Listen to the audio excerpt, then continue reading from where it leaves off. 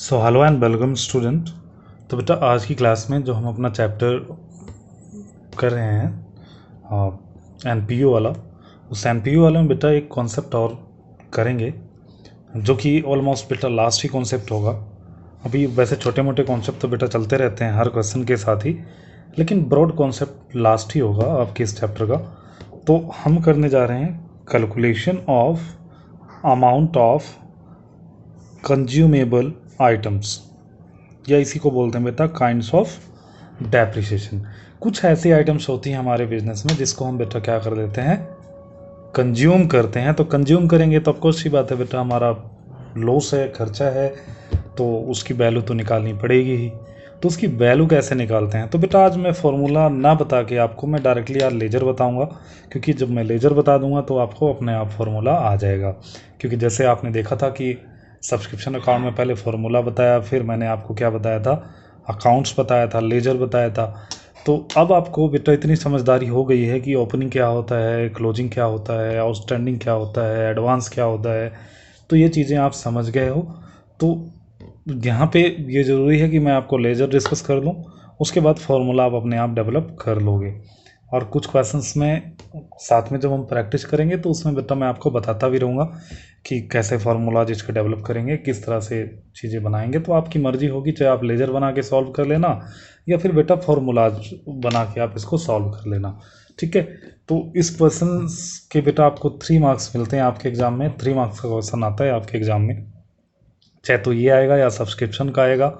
वैसे भी बेटा जब आप फुल फ्लैश क्वेश्चन आएगा तो उसमें भी आता है ये। तो कहीं ना कहीं से बेटा आपके देख लिए बहुत इंपॉर्टेंट टॉपिक है ये, तो ध्यान से समझना है चीज़ों को। और एक एक चीज़ को क्लियर करूँगा, जैसे सब्सक्रिप्शन वाला मैंने समझाया था उसी तरीके से समझाने की कोशिश करूँगा, आपको प्रॉब्लम ना आए। तो एक एक चीज़ें समझना स्टार्ट करते हैं। अब मान लीजिए कोई बिजनेस है, ठीक है, और ये कोई पर्सन है, ये आपका एनपीओ है, ये कोई पर्सन है राम। तो आपने क्या किया, राम से कुछ गुड्स परचेज किए, किस पे, उधार पे। Goods purchased from Ram on credit. तो क्रेडिट पे गुड्स परचेज किए, तो राम क्या होगा आपके लिए, क्रेडिटर होगा। आप इतनी बात जानते ही होगे आई होप, तो इसमें कोई दो राय नहीं है। तो बेटा क्रेडिटर, और ये भी जानते हो कि क्रेडिटर हमारी क्या होता है बेटा, लाइबिलिटी होता है। क्रेडिटर क्या होता है, हमारी लाइबिलिटी होता है। और लाइबिलिटी का ओपनिंग बैलेंस हमेशा क्या आता है, क्रेडिट में आता है, ठीक है। तो सबसे पहले तो यहाँ पे ये चीज़ देखिए, हम बनाएंगे creditor account, stock account, income and expenditure account, 3 accounts बनेगा यहाँ पे। तो क्रेडिटर अकाउंट बनाइए, तो बैलेंस बीडी, क्योंकि बेटा ये हमारी लाइबिलिटी है इसलिए इसका ओपनिंग बैलेंस यहाँ पे। और जब लाइबिलिटी होती है तो क्लोजिंग बैलेंस किधर आता है बेटा, डेबिट साइड में आता है। आप सभी जानते हो इस कॉन्सेप्ट को, मुझे ज़्यादा इसमें कुछ कराने की ज़रूरत नहीं है, ठीक है। तो आप इसको जानते हो, ठीक है, ये चीज़ें। उसके बाद अब हमने क्या कर ली, गुड्स परचेज कर लिए, किससे, राम से। मान लीजिए राम से हमने गुड्स परचेज कर लिए उधार में, ठीक है, उधार में पेमेंट कर ली। तो जब उधार में पेमेंट करोगे तो बेटा आप एंट्री क्या करोगे, तो एंट्री ये करोगे स्टॉक, या फिर मान लीजिए मेडिसिन परचेज कर ली, तो medicine account debit to Ramu account. अब बेटा इसी की जगह पे जहाँ पे मेडिसिन लिखा है यहाँ पे मैं क्या लिख दूँ, स्टॉक लिख दूँ, कोई प्रॉब्लम नहीं है। स्टॉक अकाउंट डेबिट, जहाँ पे रामू लिखा है वहाँ पे मैं क्रेडिटर लिख दूँ, क्योंकि ये चीज़ें आप समझ चुके हो बेटा किसमें, सब्सक्रिप्शन अकाउंट्स में। तो इसके ऊपर हमने चादर चढ़ाई, इसके ऊपर चादर चढ़ाई। यहाँ पे मेडिसिन की जगह पे क्या लिख दिया, स्टॉक लिख दिया, रामू की जगह पे क्या लिख दिया, क्रेडिटर लिख दिया। तो अब इसकी लेजर पोस्टिंग करो, ठीक है। लेजर पोस्टिंग कैसे करोगे, देखो यहाँ पे, तो stock account, stock account credit purchase हो गया, कोई प्रॉब्लम है, नहीं प्रॉब्लम है। अब हम क्या करेंगे भाई, अगर किसी से हम उधार लेते हैं तो उसकी कुछ पेमेंट भी तो करते हैं, किसी से उधार गुड्स परचेज करते हैं तो उसकी पेमेंट भी तो करते हैं। पेमेंट करेंगे तो क्या एंट्री करेंगे, पेमेंट करेंगे तो एंट्री क्या करेंगे बताओ यहाँ पे, तो रामू टू कैश, नॉर्मल यही करते हो आप। तो यहाँ पे रामू की जगह पे मैं क्या लिख दूँ, क्रेडिटर, और कैश की जगह पे क्या लिख दूँ, RNP account, income and receipt account, income और रिसिप्ट एंड पेमेंट अकाउंट लिख दूँ, क्योंकि बेटा पहले तो ये एंट्री करोगे, उसके बाद जब बेटा ईयर एंड में ये एंट्री हो जाएगी ट्रांसफर होके। मतलब यहाँ पे मैंने ज़्यादा चढ़ाई क्रेडिटर लिख दिया, कैश की जगह पे क्या लिख दिया, रिसिप्ट एंड पेमेंट अकाउंट। तो अब इसकी लेजर पोस्टिंग करिए, तो टू RNP अकाउंट, तो payment to the creditor, creditor को हमने क्या कर दी, पेमेंट कर दी। ठीक है, अब हम कई बार क्या कर लेते हैं कि जो हमारा क्रेडिटर होता है इसको हम एडवांस दे देते हैं, क्या दे देते हैं, कुछ एडवांस पेमेंट कर देते हैं, एडवांस पेमेंट कर देते हैं। तो एडवांस पेमेंट हमारे लिए क्या होता है बेटा, एसेट्स होता है। आप सभी जानते हो कि जो हमारे प्रीपेड एक्सपेंसेस होते हैं, किसी को कुछ भी हम एडवांस में पेड कर देते हैं तो हमारे लिए क्या होता है, एसेट्स होता है।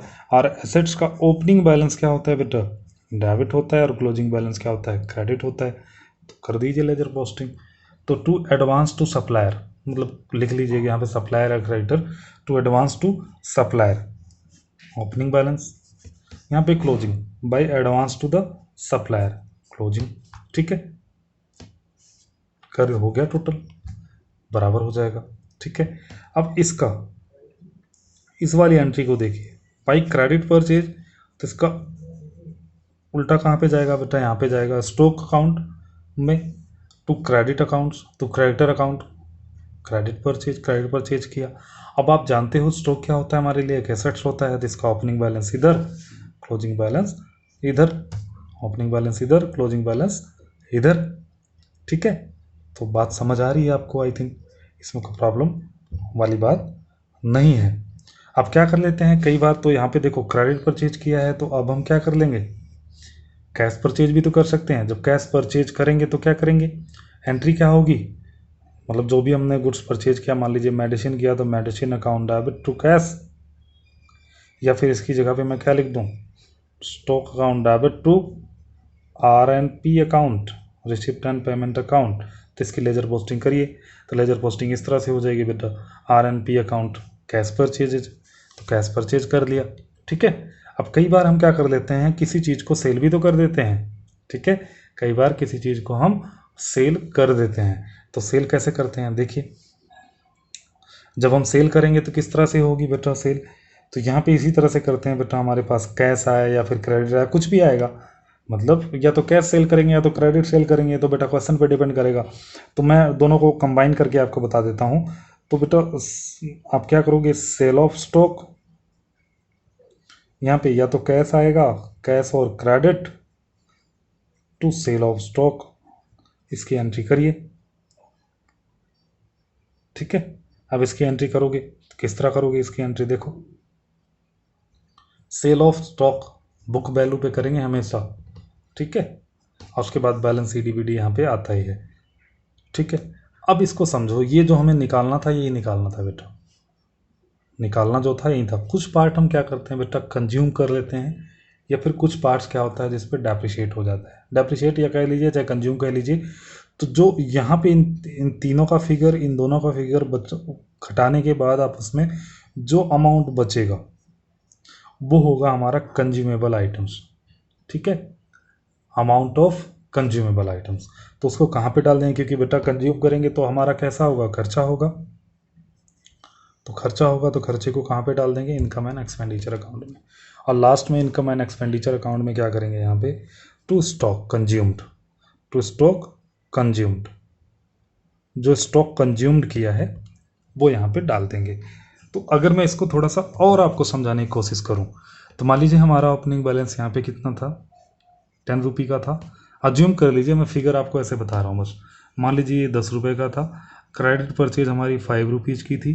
ठीक है, कैश परचेज हमारी 5 रुपीज़ की थी, और यहाँ पे हमने सेल कितने का किया था, मान लीजिए 10 रुपये का सेल कर दिया था। ठीक है, 10 रुपये का सेल कर दिया था, और हमारे पास ओपनिंग क्लोजिंग बैलेंस बचा कितना है, 5 रुपये बचा है। ठीक है, कितना बचा हुआ है, 5 रुपये बचा है। तो भाई 5 रुपये कहाँ गया, क्योंकि बेटा टोटल हमारे पास स्टॉक कितना होना चाहिए था, 20 रुपये का होना चाहिए था। ठीक है, 20 रुपये का होना चाहिए था, जिसमें से 10 का हमने सेल कर दिया, 5 का हमने क्या कर क्लोजिंग बचा हुआ है, तो अब बचना कितना चाहिए, 5 रुपये बचना चाहिए। आई थिंक आप समझ रहे होगे टोटल कितना 20, जिसमें से बेटा 15 हमारे पास 10 का सेल कर दिया और 5 का क्या कर दिया, 5 का हमारे पास स्टॉक बचा हुआ है। तो अब हमारे पास 5 रुपये कहाँ गए, तो 5 रुपये या तो बेटा उसमें लॉस बाय द फायर हो गया होगा, चोरी हो गई होगी, या हमने कंज्यूम किया होगा। तो बेटा हम क्या मानते हैं, हमने कंज्यूम किया है, तो उसको हम कहाँ पे डाल देते हैं, इनकम एंड एक्सपेंडिचर अकाउंट में। तो 5 रुपये इनकम एंड एक्सपेंडिचर अकाउंट में चला जाएगा। और जब लॉस होता है तो लॉस को हम क्या बोलते हैं बेटा, एक्सपेंडिचर साइड में दिखाते हैं, कंज्यूम साइड में। ठीक है, तो ये क्वेश्चन था, ये कॉन्सेप्ट था बेटा। अब इससे रिलेटेड हम प्रैक्टिस करेंगे अपनी नेक्स्ट क्लासेस में और फिर फुल फ्लैश क्वेश्चंस करने की कोशिश करेंगे। तो इस कॉन्सेप्ट को ध्यान से देखना बेटा, एक बार समझना है तो 2 बार देख लेना, सो कोई प्रॉब्लम वाली बात नहीं है। So thank you for watching the videos.